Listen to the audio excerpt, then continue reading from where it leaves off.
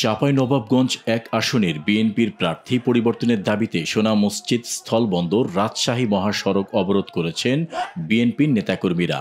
রবিবার বিকেলে শিবগঞ্জ উপজেলার কনসার্ট বাজারে ১ ঘণ্টাব্যাপী সড়ক অবরোধ করেন বিএনপির কেন্দ্রীয় কমিটির সাংগঠনিক সম্পাদক অ্যাডভোকেট সৈয়দ শাহীন শওকতের সমর্থকরা।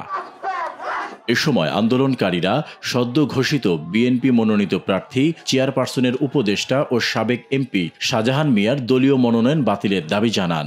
অবরোধের কারণে সোনা মসজিদ স্থলবন্দর থেকে ছেড়ে আসা যান চলাচল বন্ধ থাকায় সড়কে প্রায় ১ ঘণ্টাব্যাপী তীব্র যানজটের সৃষ্টি হয়। আন্দোলনকারীরা বলেন, স্বাধীনতার পর ৮ বার দলীয় মনোনয়ন পেয়ে ৫ বার সংসদ সদস্য নির্বাচিত হয়েছেন শাহজাহান মিয়া। বিগত ১৭ বছরে আওয়ামী লীগের দুঃশাসনের সময় বিদেশে আরাম আয়েশে সময় কাটিয়েছেন। বর্তমানে শারীরিকভাবে অসুস্থ ৯০ বছর বয়সী শাহজাহান মিয়া।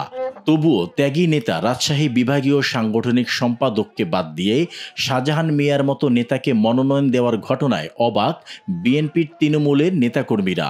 দলের ভারপ্রাপ্ত চেয়ারম্যানের নিকট যাচাই বাছাই করে সিদ্ধান্ত পুনর্বিবেচনা করার দাবি জানান তারা বলেন, দাবি আদায় না হলে কঠোর আন্দোলনের হুঁশিয়ারি দেন বিএনপির নেতাকর্মীরা।